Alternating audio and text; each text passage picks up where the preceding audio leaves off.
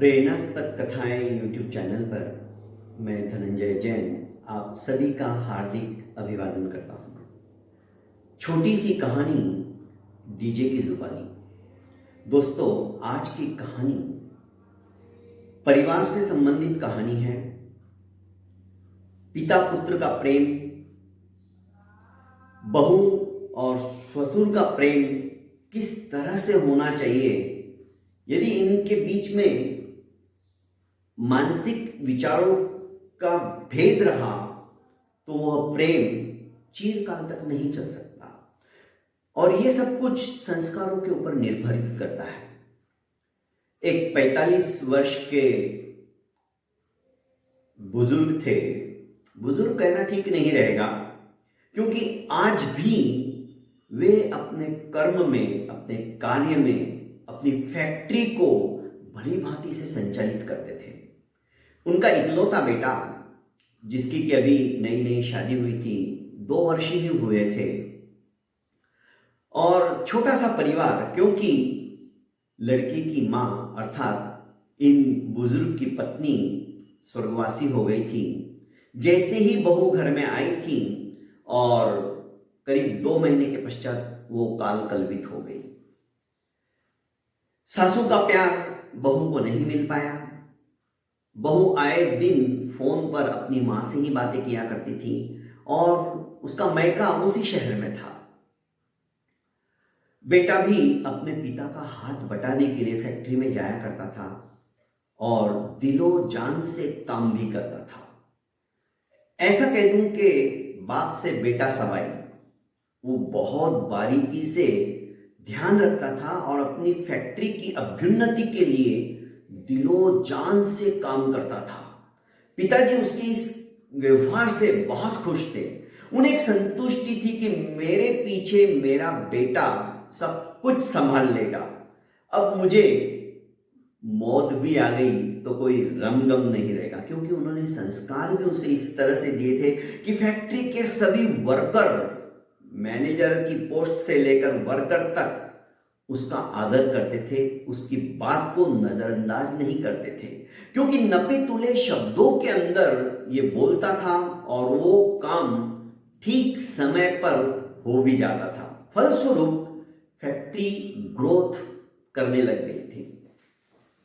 अब क्या होता है, एक दिन फैक्ट्री से ये लड़का थोड़ा जल्दी आ जाता है।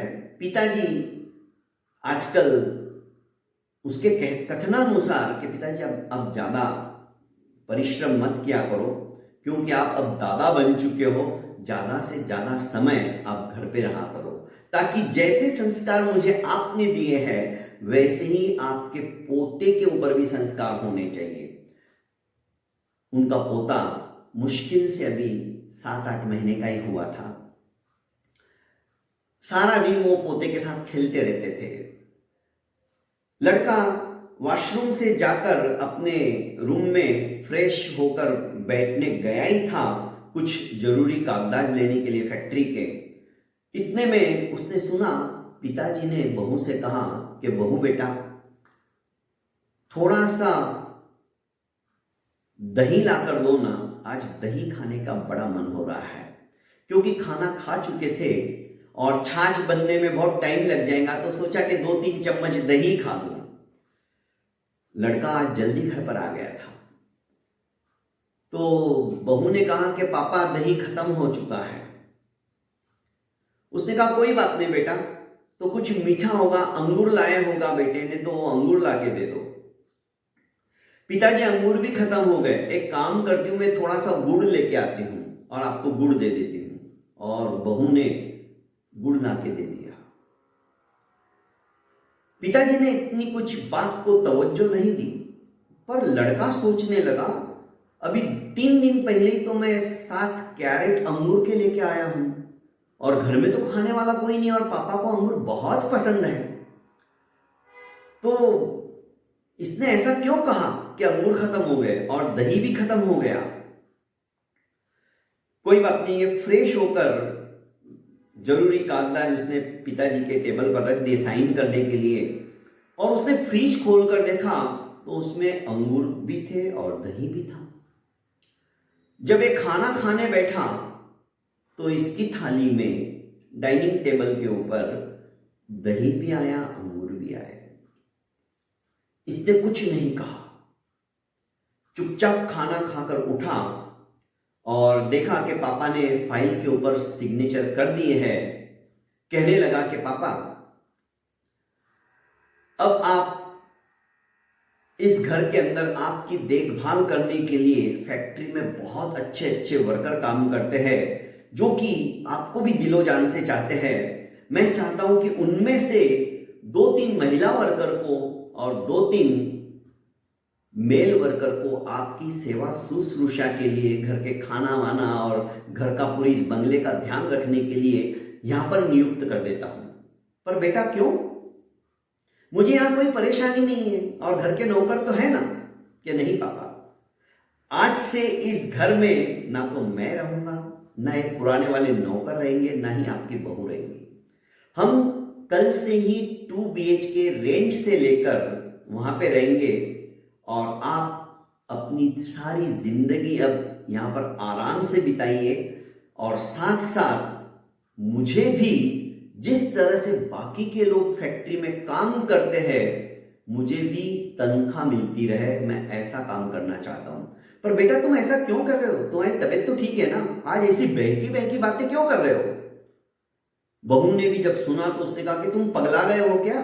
इतना अच्छा बंगला छोड़कर तुम 2 BHK में रहोगे? हाँ, ताकि तुम्हें महसूस हो, तुम्हें एहसास हो कि दही की कीमत क्या होती है। आज तुम दही और अंगूर जो कि मेरे पापा ने मांगा, उनकी इच्छा हुई खाने की, तो तुमने वो होते हुए भी मना कर दिया।